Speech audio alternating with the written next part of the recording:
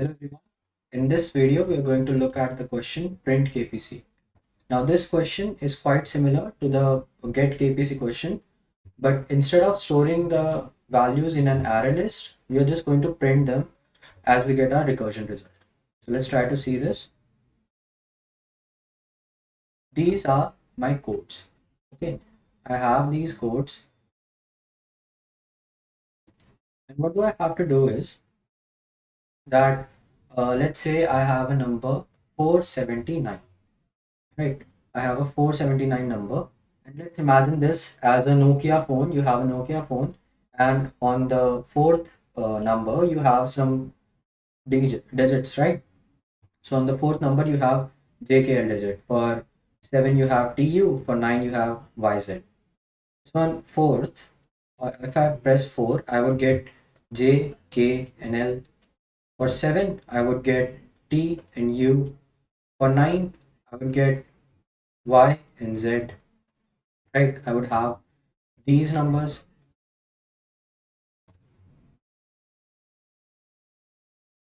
Now what do I have to do is I have to make the all the combinations that I can get from these numbers.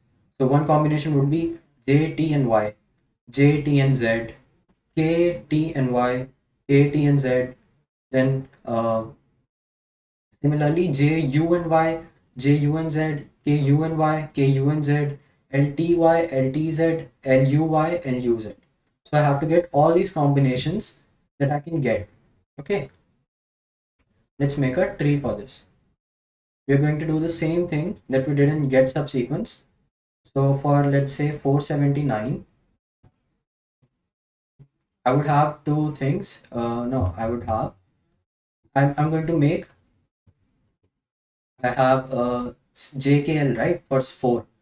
So for my first character, I'm going to have three things, J, K, and L. If I have J is going to be included in my answer, and then I would have 79. Here I would have 79 and K would be included in my answer. Here I would have 79 and L would be included in my answer. Now for 7, I have T and U. For 7, I have T and U. So T will be included in my answer. I would get JT and 9 as my question. Here I would have 9 as my question and JU as my answer. 9 as my question, T, KT as my answer because I have K here, and then KU as my answer and 9 as my question. 9 as my question and LT as my answer, LU as my answer, 9 as a question. Okay, now for 9, I have Y and Z. So similarly, here I would have Y and Z, Y and Z.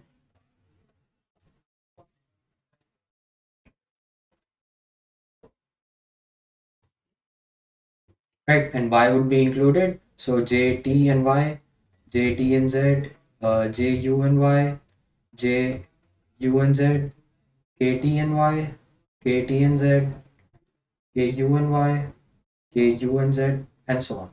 Right? We can write these four as well. So I would have all the combinations that I need here, and I just have to print them. I don't have to store them. So this is just print KPC. I hope you understand the question. Now let's try to write the code, and we will understand how it is working as we write the code. First, I'm going to take my scanner.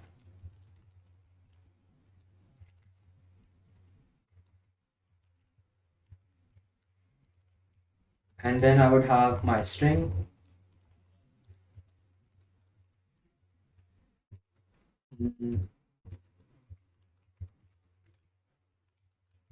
Right? Then I would call this print KPC function, and I will pass my string and my answer so far as empty because I have not included anything. Also, I would need all these 0, 1, 2, 3, 4, 5, all these values. So let's store them in a static array, right? So let's copy them and let's store them in a static string array.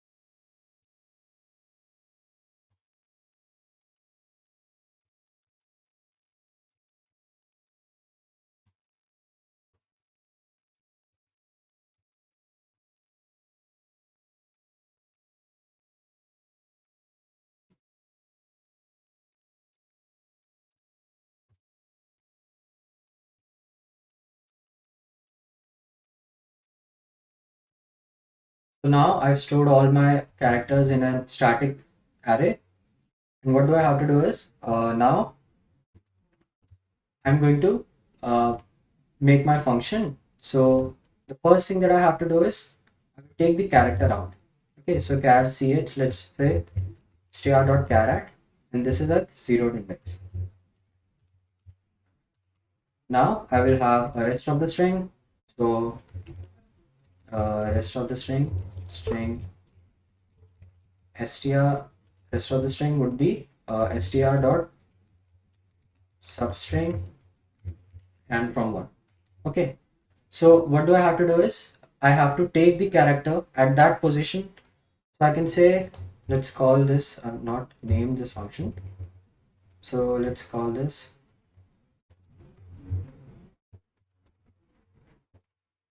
quotes. Okay, so the value of quotes at ch, I have to store this in a string. So what I'm doing is, let's say the string is code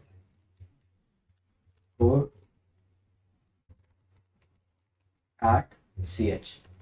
Okay, let's call this. What this is actually is, if I have, let's say, a number 797, and for 7 is going to fetch the code at 7. So 0, 1, 2, 3, 4, 5, 6, and 7. It's going to fetch tu. Okay, so we are doing that.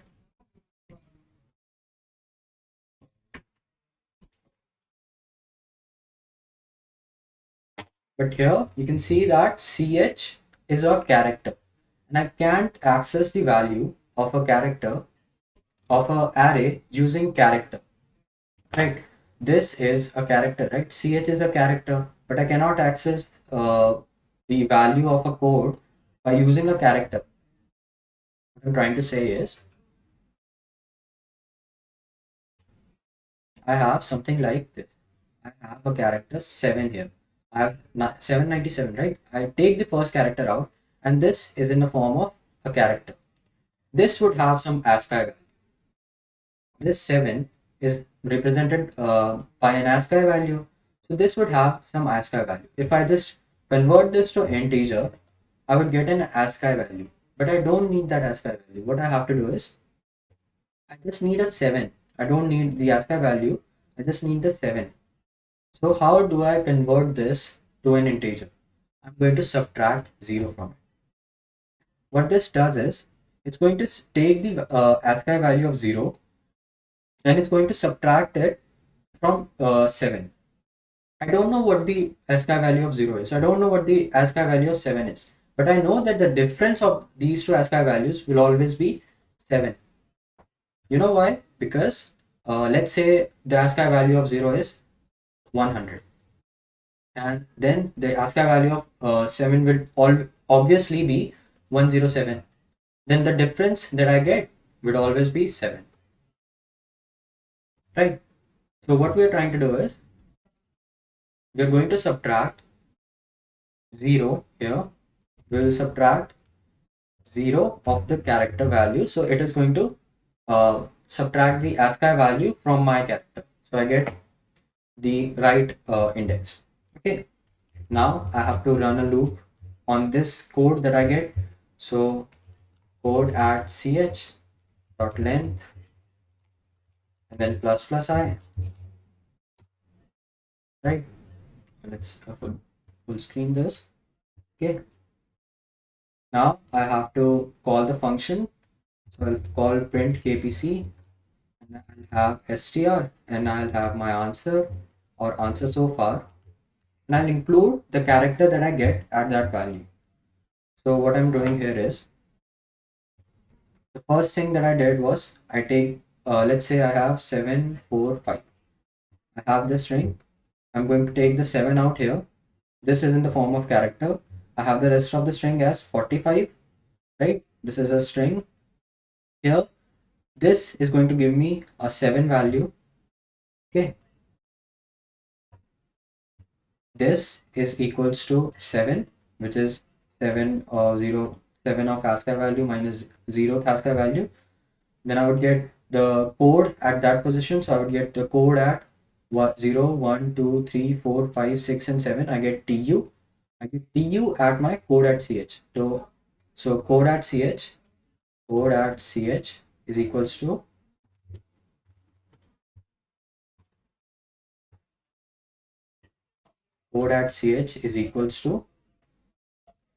TU. Okay, I get this string. Now I'm going to run a loop on this string, right? Because I have to make a recursive call for TU, right? So I have to run a loop on this. Now as I run a loop, I will store this. I will store this TU. I have to store this character first, T, and then this character. So I'm going to run a loop on these characters. What I'll do is, this for loop is running an iteration on the code at ch, and then I take the first character out. So character cho, let's call this cho, and this is code at ch dot char at I, and then I have to add this on my recursive call. I get this. Now I just have to use a base case.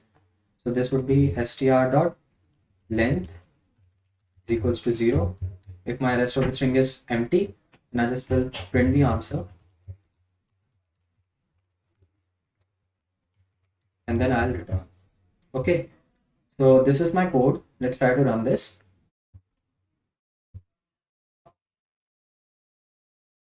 We get a runtime error. We get a stack overflow error. Okay, so str dot length is equals to 0.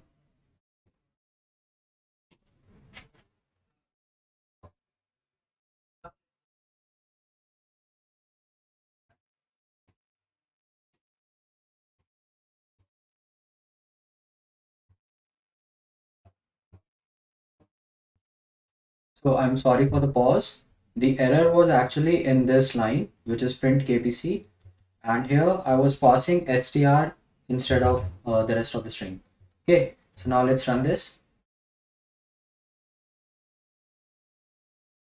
Now we're getting the right answer. Let's submit this, and then we will dry run this code.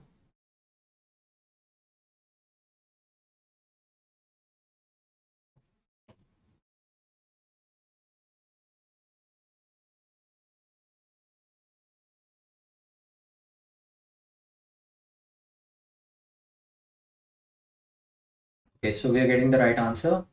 Now let's try to dry run this. Let's erase this, and then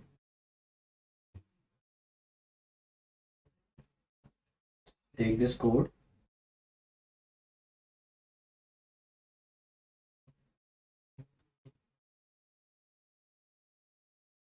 Okay, so now let's do this for 479.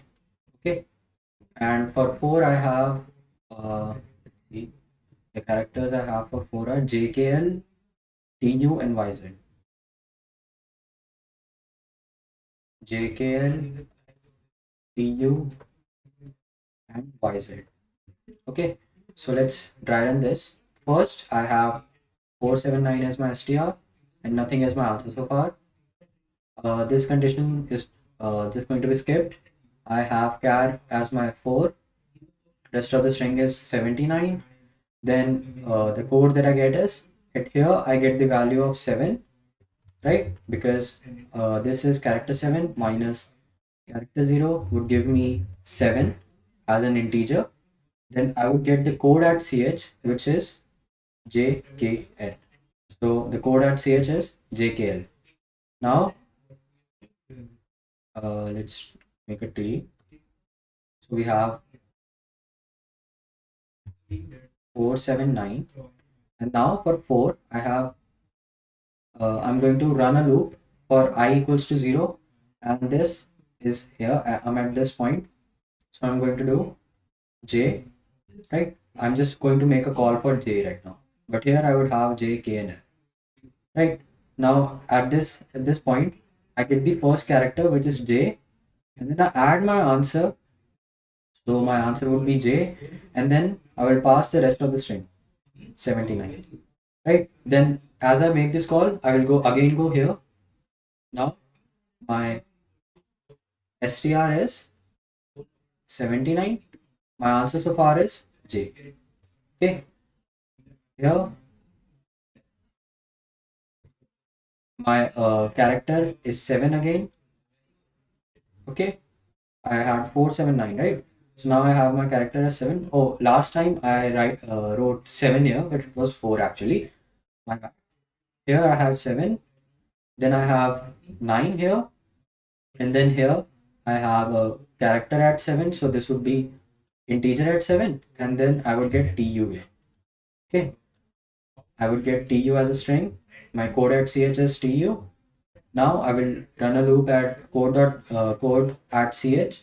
Then I get this first value. I'll store this in my t. Then I will pass this and I will include this.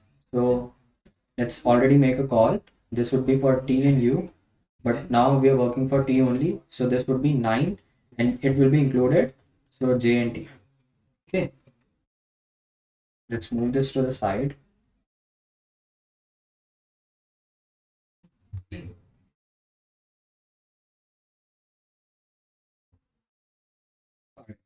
So now we're again at this point here.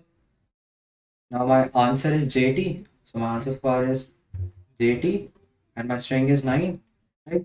My string becomes 9 only, character at 0, rest of the string is empty. Now my code at ch is y and z. I take this code. I'm going to run a loop at this code. I get y here. So I'm going to make a call for y and z, but I'll store this y. So j, t, and y. And as I hit my base case, after I make this call, as I go here, my string dot length is 0. Then I get this answer. I print this answer and then I return. After returning, I go into this part. Then I have my I as 1 now. Okay, so as my I is 1, because I'm doing this for YZ, right? I'll make the call for Z, then I'll do J, T, and Z. I'll do the same thing. I'll print this, I'll return, I'll go here, and this has executed its calls. I'll go here, I'll do the same thing for U. For U, I would have J and U, and 9 here. Then I'll make this calls again, and I'll have Y and Z. For Y, I'll do J, U, and Y, and then I'll have an empty string. For Z, I would have J, U, and Z, empty string. I'll print this, I'll return, I'll make a Z call, I'll print this, I'll return. Okay, I'll return. I'm at here. So let's do like this. We already know the code. I'm at here. I have 79 and k as my answer. Let's do it like this. Right? 79 and k is my answer. For 7, I would have two calls, t and u. For t, I would have k and t, and 9 here. Here I would have 9 and k and u. I would make two calls again for y and z. For 9, k, t, and y, and my string is empty. I'll print this. I'll make the call for Z, right? I will have K, T, and Z, empty string. I'll print this, return. I'm at here. I've made the calls for T. I'm going to make the calls for U. For U, I'll have Y and Z, right? I'll have K, U, and Y, K, U, and Z. I'll print this. Then I'll make this call. I'll print this and return. I'll return, and I have L left. Okay. So for L, let's do it like this. For L, we would have 79 and L in my answer.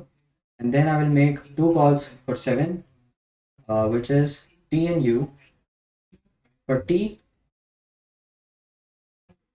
I'll get the answer L and T, and then 9. And here I would get, no, let's just make these calls. We would have Y and Z. So L, T, and Y, and empty string. I'll print this, I'll return, then L, T, and Z, and then I'll print this, I'll return here, then I'll go to Y, U, then I'll have L, T, and U, and for L, T, and U, I will make the calls for Y and Z. After I get Y, it's not LTU, it's just L and U. Okay, this is LU only. LU, and for LU I will have Y and Z. This would be Y would be included, so L, U, and Y, and then I'll print this, I'll return, then I'll make the call for Z, L, U, and Z. I'll print this, I'll return, then I'll return, and then I'll return. I'll return from here, and then all the calls have been executed, and all my answers have been printed. These are all my answers. Okay. This, and this. Okay, so these are all the answers that I've printed. And I didn't use any extra space, only the static array, that I made for codes, and I didn't use any extra space like an array list. Okay, so I hope you understand this question. I would suggest you to rewatch the part which you don't understand. Thank you for watching. Please leave a like, share, and subscribe.